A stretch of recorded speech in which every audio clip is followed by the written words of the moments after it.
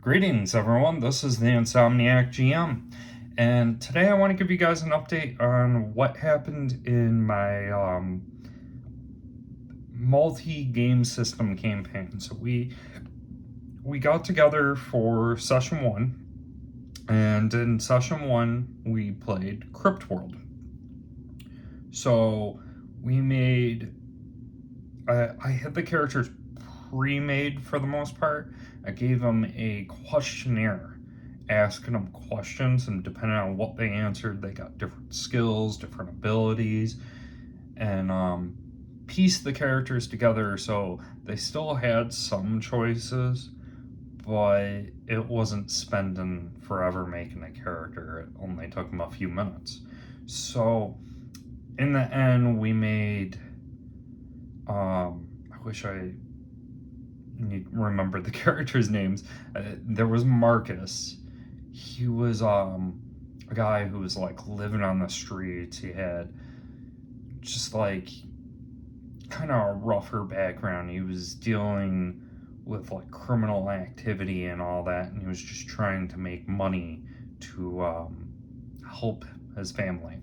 And Save ended up contacting him, which I should have grabbed the Chill book also, because I used Save. And so Chill gave them the opportunity to make money and be recruited. And so it was him, and then I can't remember the other two players.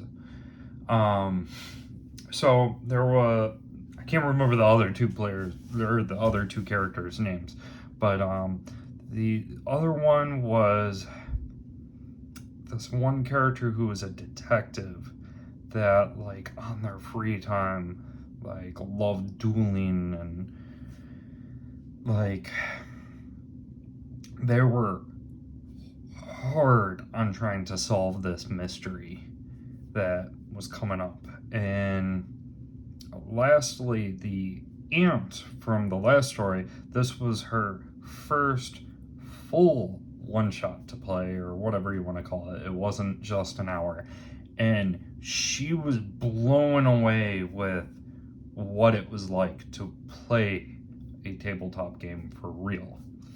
And like she was so into it.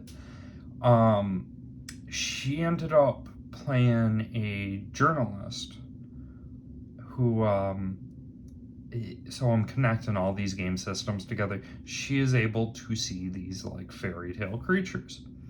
And so how I balanced out these characters is I had one character who had 2 skills and had the ability to see like little fairy tale creatures, one player who could have 4 skills, and one who had 3 skills, but one of those skills is much higher than the others.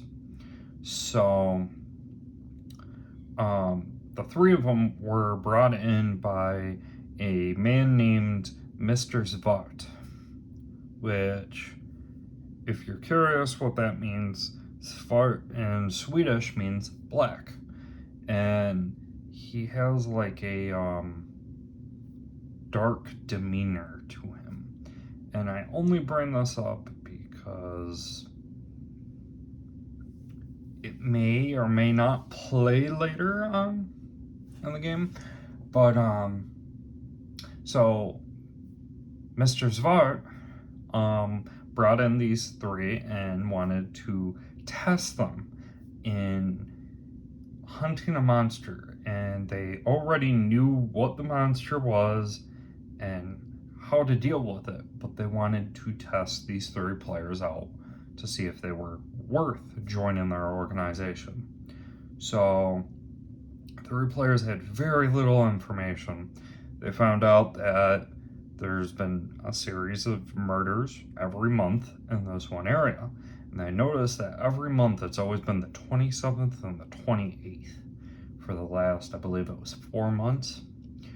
Well, the police were ready to deal with this threat on the 27th or the 28th. Well, as they dug into it more, they found tracks they found that all the victims, the only ties they had were they all went to the same tavern.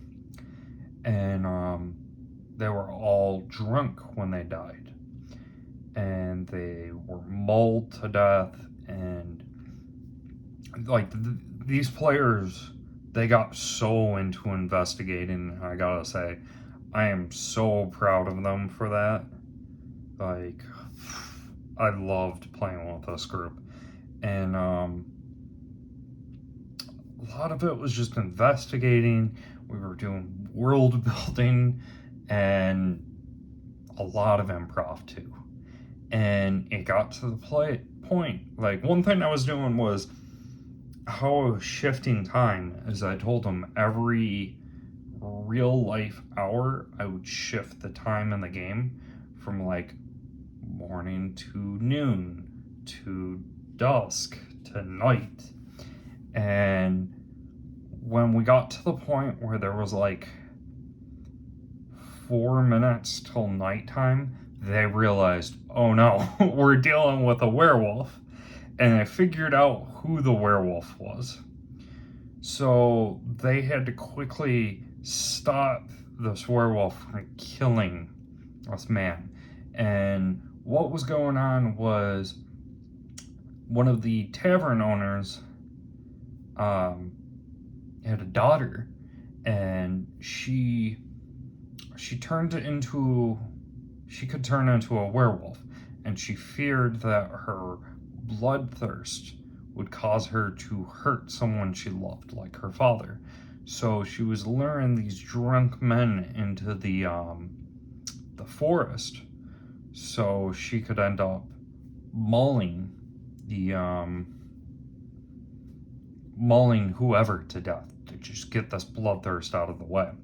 Well, the players ended up approaching the werewolf as she was changing shape. Now, one thing I should mention too is our one player who could see the fairies and all that, she ended up talking to a fairy, and they gave her a little puzzle to put sunlight in a cup.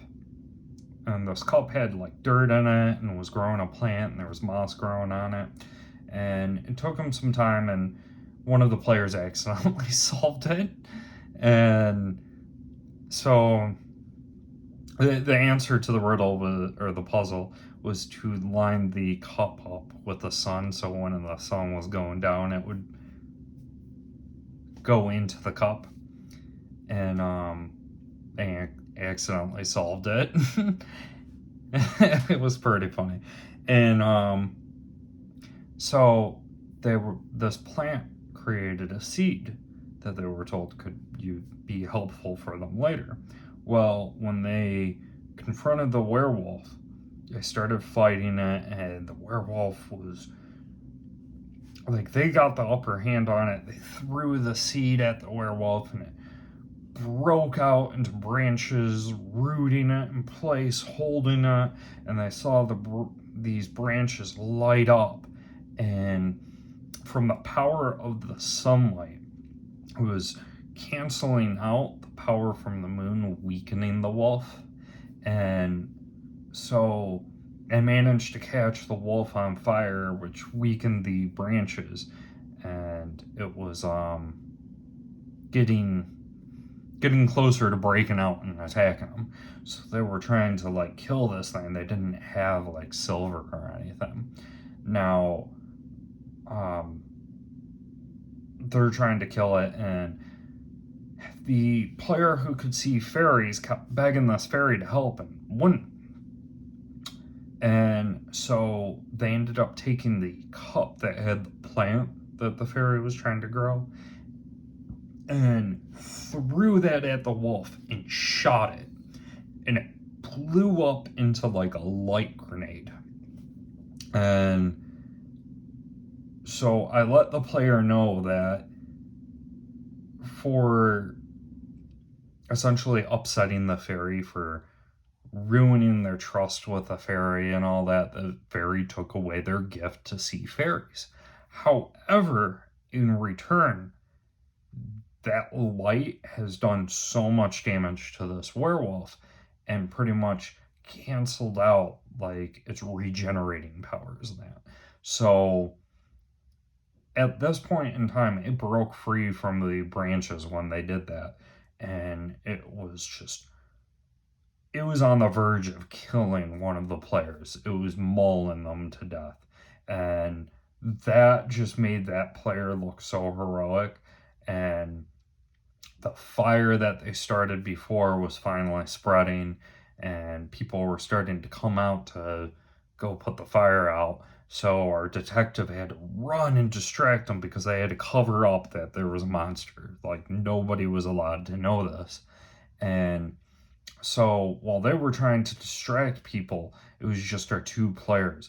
And it next turn, if this player did not succeed, the werewolf probably would have killed this one player.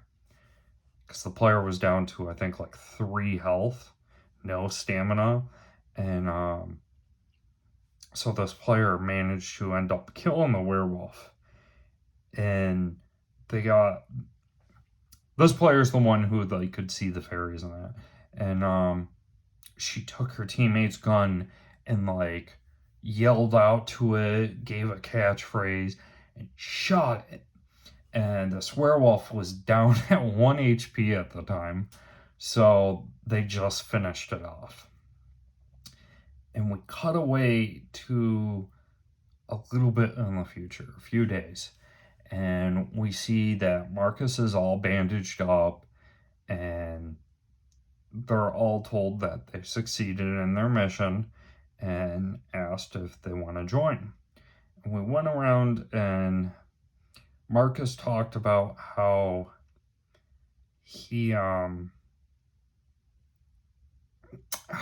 this whole world, he didn't believe like all this stuff, the fairies, the werewolves and all that.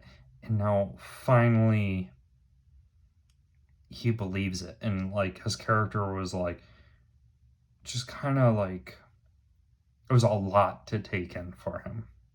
And then our fairy player, they spoke about how their character now deals that they lost this connection to this world they've had their whole life. And our detective, for the most part, wasn't really changed. Our detective was just like, another case solved. But this group was so great. We all had a blast. Created great atmosphere for them. Like, we played in the dark just with red lights that lit up the area. I had creepy music playing and that. But we're all ready for session 2, which we will end up playing Vossen. So I look forward to this. So I just wanted to share this story time moment with you, and I look forward to sharing next one. Well, you take care.